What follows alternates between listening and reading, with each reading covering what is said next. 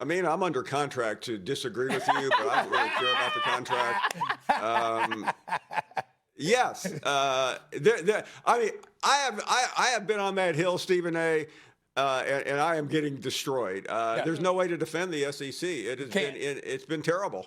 Now, I'm sure somebody at the SEC office is whispering, "Hey, don't forget, Ole Miss could win it all," and that would solve some of the wounds. But this has been a long year for the SEC, and I think in the end, because I kept wrapping my arms around Alabama and saying, "Stephen A., did you remember what they did? They went through that gauntlet in the middle of the year." Well, a lot of those teams they beat really weren't very good after all. They lost in bowl games and they looked terrible.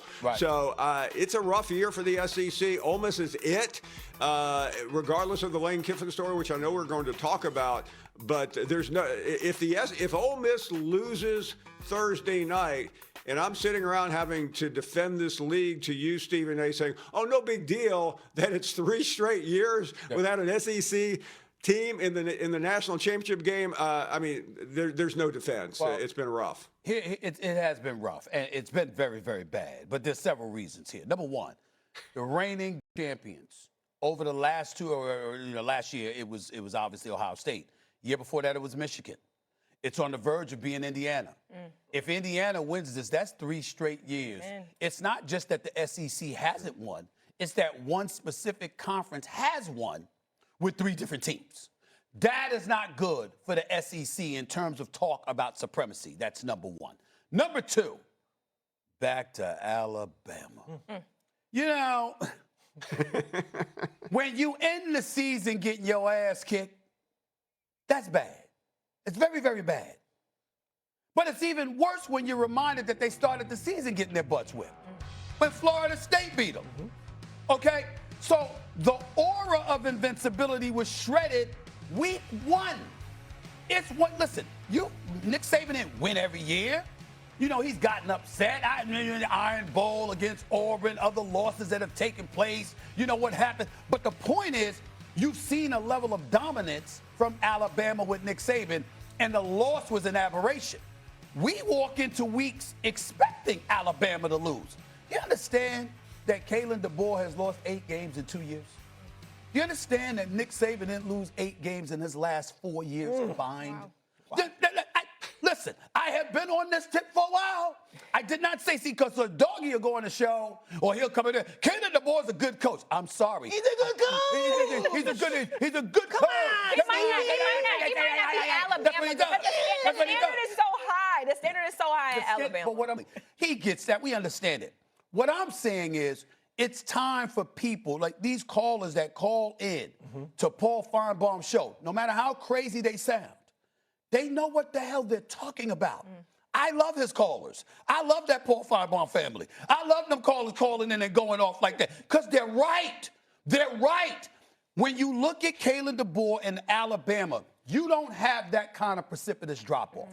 It's inexcusable. And when they went to Athens and won, and they beat Missouri, and, they beat Tennessee and stuff like that, we said, all right, maybe, all right, this is what we're doing. And then you go and you get stomped in the SEC title game, and then you get stomped, in the quarterfinals, college football players. Not lose, stomped. That's a problem. We cannot talk about supremacy with the SEC when you got a team looking like that. And I know Kirby Smart, Georgia, love him, respect him, 2-time national champion, we get it. But back-to-back years. After a bye week, lost to Notre Dame, and this time you ended up losing to Ole Miss. So again, that with the Big Ten, back-to-back and potentially to back champions, 3 different teams from one conference. Hell no, we can't talk about the SEC with supremacy. I love your take. I also think it's a different time in college football with NIL. I mean, this Cody Campbell comes along, and Texas Tech is instantly a power because he's a billionaire oil man who can pay all these players top dollar. They have the best defense money could buy. That's from the movie Blue Chips, which I love. That's right. They have these players. Nick Nolte, Great Nick Nolte. Penny Hardaway, the whole Pete group. Bell, No doubt. They got the best defense money can buy. Well, Texas Tech overnight said we're going to go from the air raid Cliff Kingsbury thing to now having David Bailey and these amazing pass rushers because we're going to buy them from all over the country. Carson Beck, purchased by Miami. Bryce Underwood was at LSU, was supposed to be the freshman of the year. And then Larry Ellison comes in and says, actually, we're going to pay you X amount of dollars. We'll just buy you and put you at Michigan. It's the great equalizer. So as much as we love the nostalgia of the Crimson Tide and Georgia and what we had at LSU down at Baton Rouge, it's a capitalistic economy right now in college football, and it's a players' league. So even Indiana, as warm as this is, they bought Mendoza from Cal. This is a league where now you can buy the players, you can give them the money, and that does not care about tradition and SEC and conference play. Who's got the money? That's I'll true. go there. The landscape has changed. Hold on. Paul, help me out here. Is Alabama broke? Is Georgia broke? They broke, but they're not in the Final Four. They used to get the blue chip. What are you talking about? Keep them. Go ahead, Paul. Go ahead, Paul. I'm sorry. Go ahead. Here's the difference, though. They're not broke. But if you go back 10 years ago or 7 or 8 years ago, Nick Saban's backups were first-round picks after the starters moved on. They don't have that anymore. They don't have the depth because those backup players are saying, I'm not sitting around here. I'm going to Indiana. I'm going wherever I can get the money. And this is why Nick Saban 2 years ago got out, because he saw it. He knew that even his last year or two, Stephen A. and Peter and Amina, it was starting to get more difficult. But he was such a great coach, he was able to overcome it. But Kalen DeBoer can't overcome it. And the thing that bothered me, just to put the bow on the Alabama game, I've covered Alabama football for 45 years. That's the most embarrassing moment I've ever seen. And what was worse is Alabama gave up. I mean, they were waving the white flag. That game could have been 60-3. Kalen DeBoer kicked a field goal in the second half, down by 4 touchdowns, because he didn't want the goose egg. I mean, I think he's a good coach. I think he's a nice guy, but he has no credibility right now as the Alabama coach. Zero credibility. Damn good coach. But there are good coaches, and then there are great next-level coaches. He ain't on that level. And he has shown that, okay? And by the way, I'm getting sick and tired. I'm not saying you're wrong, Peter. I'm not saying you're wrong, Paul, in terms of NIL. I got that part. But damn it, you mentioned a few players. It's football. It's got 11 players on the field on offense. Got 11 players on the field on defense. Got special teams. You got how many cats on a college roster? They ain't getting everybody now. But there's nuance in college football. There used to be a time where Nick Saban would walk in, I'm not exactly. Listen to where I'm going. I understand that parity kicks in because of that. Yes. Not ass kicking. That's a difference. Yikes. And when Paul Feinbaum, Uncle Paulie, accurately points out that they quit, I mean, do you understand? If you're Derrick Henry, you understand? If you're anybody, Mark Ingram, if you're anybody that played at Alabama, you were ashamed of those dudes. You were ashamed. I mean, like literally, they should have taken off their jersey. They should have hid their names. They should have put a towel and made sure they covered, who the hell they were, kept their helmets on and hide their identity. I hope they watch it right now. You should be ashamed of your damn selves. Not because of the ass kicking, because you gave up.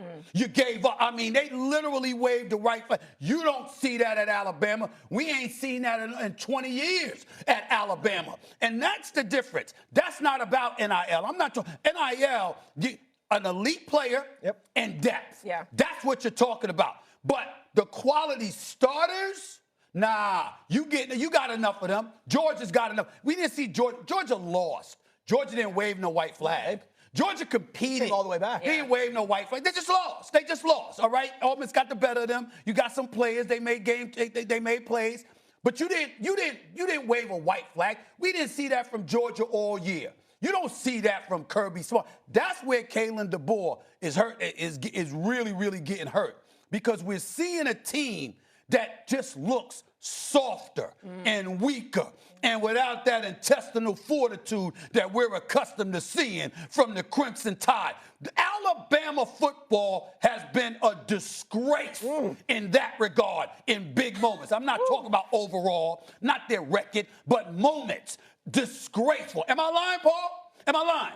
And by the way, can you find an Alabama fan right now who would disagree with me? You don't show up like that. That's you know what Alabama was the other night against Indiana? It was. Are you ready for this? I'm gonna use a boxing analogy. It was the equivalent of Mike Tyson versus Bruce Seldon. Remember when Bruce Seldon went into the ring, got knocked out in the first round, and didn't get hit, Paul? Didn't get hit. Mike Tyson's punch whoofed by him. It missed. And he went down, and stayed down until the count of 10 and got up and hugged Mike Tyson and went and got his money. That's how Alabama looked against Indiana. Yeah. That is disgraceful. No excuse.